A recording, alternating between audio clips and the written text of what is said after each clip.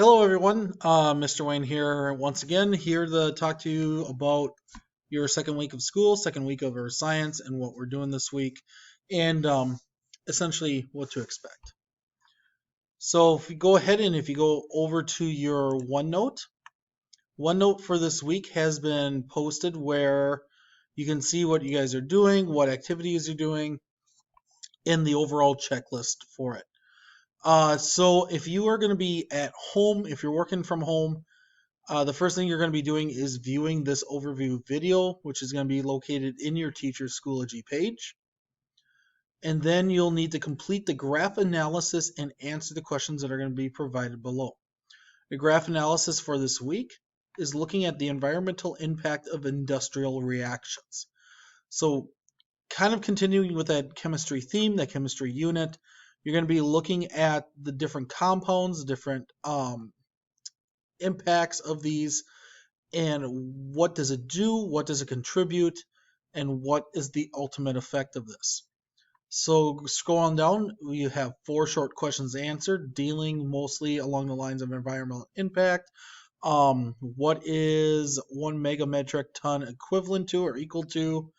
Looking at how much ammonia was produced, and which chemical has the highest production volume. So once again, this is kind of a generic overview, just for the fact that we've been doing graph analysis the entire year. But take your time, read through what each one of these are, what they are known for, what they contribute to, and then go from there. Going on back to your checklist, an activity that you're going to be doing at home is the Earth's elements, symbols, and uses, which is going to be located over here on the right side. The Earth's element symbols and uses. This one is a fairly easy thing to do. What you'll need to do is go through this chart, and you're going to write in or type in the element's symbol. So, for example, hydrogen was the letter H. Sodium, I'm going to help out, would be Na if you look at the periodic table. And you're going to continue filling those letters out for the following 18 or 17 elements left on the chart. You are also going to write in their uses. What are they known for? What are they used for? What do you do with them? And looking through the instructions in week 3, you're going to have a short quiz. So next week, you're going to have a short quiz on the names and symbols of 19 common Earth elements. Use the Quizlet link provided here to help study, to kind of help review. And for the uses, you're going to spend some time and look up the uses for those elements. So once you get this chart completed, this will be a nice little study guide for you to use. And obviously use the Quizlet link here to fill in the rest of that chart and also to study from. So those are activities that are going to be from home. In regards to the conservation of mass, in regards of that, your teacher for your hour will talk with you specifically about that. It's not currently uploaded, so we'll be discussing that in class. Moving down to items that you're going to be introduced to in school. The first one is going to be notes on physical and chemical changes. That's going to be kind of our main focus, our emphasis for this week. So over on your right side, over here, you'll see that there's notes, chemical versus physical. If you click on that, the instructions for your notes, there is a PowerPoint that is provided. The PowerPoint goes in order with your notes that are listed down below. Follow the PowerPoint slide by slide. Fill it in, kind of similar to what we did last week in class. And then once you're done filling out your notes, the second part of the PowerPoint has, and I'm going to see if I can pull it up here. The second part of your PowerPoint has kind of a review kind of game, a review activity that you can quiz your own self on. So by looking at the PowerPoint, read an example of what is occurring, After you take your notes and you know the difference between chemical and physical changes, click on the answer that you think is the best choice, and they'll let you know if that is correct or if it's incorrect. So it's kind of a nice little review at the end of your PowerPoint as well. Other than that, that is your notes for chemical and physical changes. Your processing activity, which is physical versus chemical changes. Over here, once again, it's going to follow that same format.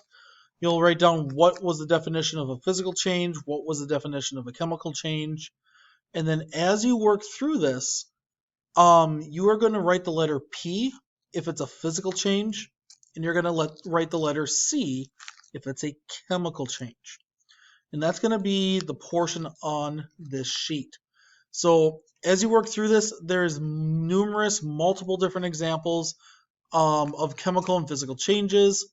Read the caption of each section carefully, because some of them are asking you to write down a letter for each one of them. Some are asking you to just locate which ones would not be a physical change, so on and so forth. So carefully read the headings of each one of those sections. And then down below, there is a little bit of a practice for the law of conservation.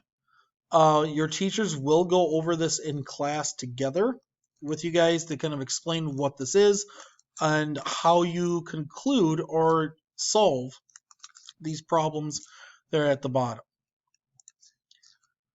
The other thing that you're going to be working at school is your BellWorks days 1 and 2. And we'll be working on those in class together. One of them is reviewing a short little video.